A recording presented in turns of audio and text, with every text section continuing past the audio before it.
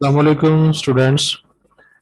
आज हम बात करेंगे एंट्रोपी और नंबर ऑफ माइक्रोस्टेट्स का आपस में जो रिलेशन है। तो लास्ट लेक्चर में हमने ये बात की थी कि जो एंट्रोपी होती है वो डिसऑर्डरनेस होती है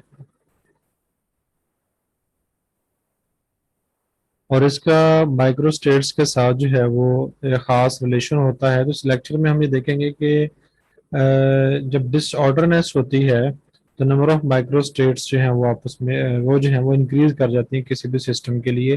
तो लास्ट लेक्चर में हमने जस्ट इसको जो था वो लॉजिकली यूज किया था।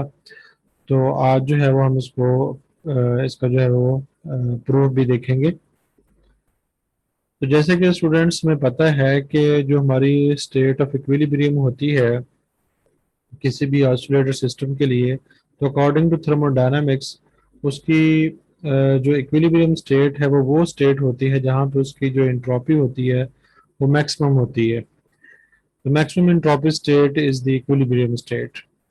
और जब हम बात करते हैं in terms of statistical mechanics, तो हम ये कहते हैं कि इक्विलिब्रियम स्टेट वो स्टेट होती है दैट इज मोस्ट प्रोबेबल, यानी जिसमें नंबर ऑफ माइक्रो स्टेट्स जो हैं वो ज़्यादा होती हैं। अब ये देखें, यहाँ पे इंट्रोपी का मैक्सिमम वैल्यू के साथ रिलेशन है और यहाँ पे नंबर ऑफ माइक्रो स्टेट्स का रिलेशन है एट इक्विलिब्रियम स्टेट। तो यहाँ से भी हमें ये हिंट मिल रहा है कि इंट्रोपी जो है वो इंक्रीज होती है अगर नंबर ऑफ माइक्रो स्टेट्स जो हैं वो इंक्रीज हों।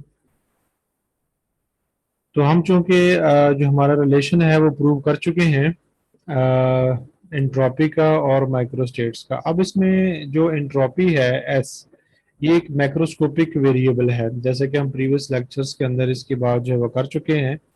और ये जो ओमेगा है ये हमें माइक्रोस्टेट के बारे में जो है वो बताता है। तो इस वजह से चूंकि इसमें दो पैरामीटर्स हैं, मैक्रो और माइक्रो, दोनों आपस में इंटरलेटेड हैं, इसलिए इस इक्वेशन को हम ब्रिज इक्वेशन का नाम देते हैं, जो कि एक लिंक पैदा करती है between macroscopic and microscopic description of the assembly. और यही जो है वो हमारी स्टैटिस्टिकल मैकेनिक्स का ऑब्जेक्टिव था, और ये इसीलिए इसको जो है वो फंडामेंटली या foundation equation of the statistical mechanics जो है वो कहा जाता है। तो जैसे कि हमने प्रीवियस लेक्चर के अंदर देखा था कि अगर हमारे पास दो इंडिपेंडेंट असेंबलीज हों, वहाँ पे हमने ए और बी इस्तेमाल की थी, तो यहाँ पे हम जो है वन और टू इस्तेमाल कर रहे हैं, बट डजेंट मैटर। तो हमने कहा था कि जो इंट्रॉपीज होती हैं वो एक्सटेंसिव प्रॉपर्टी होती है, वो साइज डिपेंडेंट है। तो अगर हम दो सिस्टम को आपस में इंटरमिक्स करते हैं तो उनकी टोटल इंट्रॉपी हम उसको ऐड करके निकाल सकते हैं। तो अब हम इस इक्वेशन की मदद से उसको जो है वो प्रूव कर सकते हैं। जैसा कि हमें पता है कि हमारी जो माइक्रो स्टेट्स होती हैं these are related to probabilities, और हमारे जो सिस्टम्स हैं वो इंडिपेंडेंट हैं, इसलिए अगर हम उनको एट द सेम टाइम देखना चाहते हैं तो उनकी जो प्रोबेबिलिटी है उसको हम ऐड अप करेंगे, सॉरी मल्टीप्लाई करेंगे। तो उनकी प्रोबेबिलिटीज जो हैं वो हम मल्टीप्लाई कर रहे हैं, और फिर जो है जो हमारा एक फंडामेंटल रिलेशन था उसके अंदर जो हमारी वैल्यू है वो हम उसको पुट करते हैं, तो हमारे पास जो है वो ये रिजल्ट आता है। अब यहाँ पे लॉग की प्रॉपर्टी इस्तेमाल हुई है कि लॉग जो है वो प्रोडक्ट को सम में कन्वर्ट कर देता है। तो अब ये जो है वो सिस्टम एस वन की प्रोबेबिलिटी होगी, ये जो है सिस्टम एस टू की प्रोबेबिलिटी होगी। तो इस तरह जो है हम इसको प्रूव भी कर सकते हैं कि एक्सटेंसिव प्रॉपर्टी जो इंट्रॉपी है वो हम टोटल सिस्टम की, दोनों सिस्टम्स की इंडिविजुअल इंट्रॉपीज को ऐड करके निकाल सकते हैं। तो अब हम ये देखते हैं कि ये जो हमारे पास रिलेशन था क्या हमें डिसऑर्डरनेस के बारे में भी कुछ बताता है। तो चलें देखते हैं। अब जैसा कि हमें पता है कि जब एब्सोल्यूट जीरो हो, यानी जीरो केल्विन पे हमारा कोई सिस्टम हो, तो ऑल दी जो पार्टिकल्स होते हैं असेंबली के, कोई भी असेंबली हो, वो ग्राउंड स्टेट पे होते हैं। Each of this have the same amount of energy round about, उनकी एनर्जी जो है तकरीबन सेम होती है।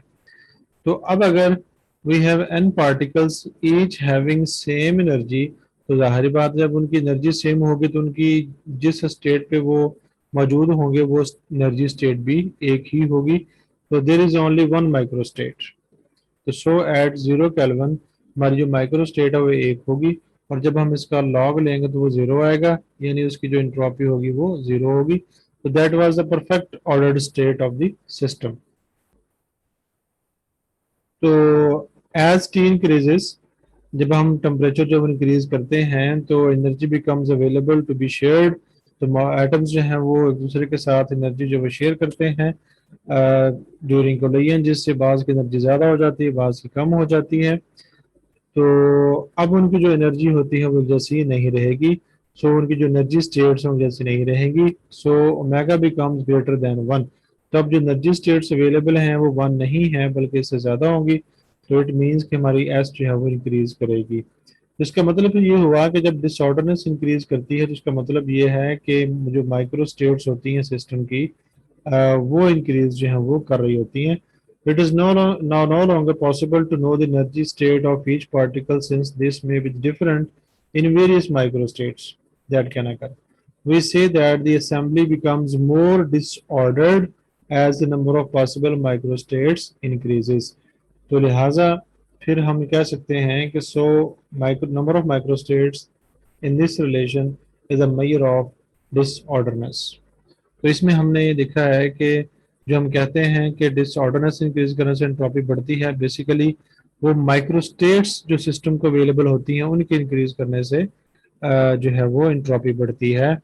तो इनिशियल क्लासेस में आपने जस्ट डिसऑर्डरनेस की बात की है, लेकिन अब जो मेन उसके अंदर पीछे चीज मौजूद है दैट इज फंडामेंटल, वो है इंक्रीज नंबर ऑफ माइक्रोस्टेट्स। अस्सलाम वालेकुम।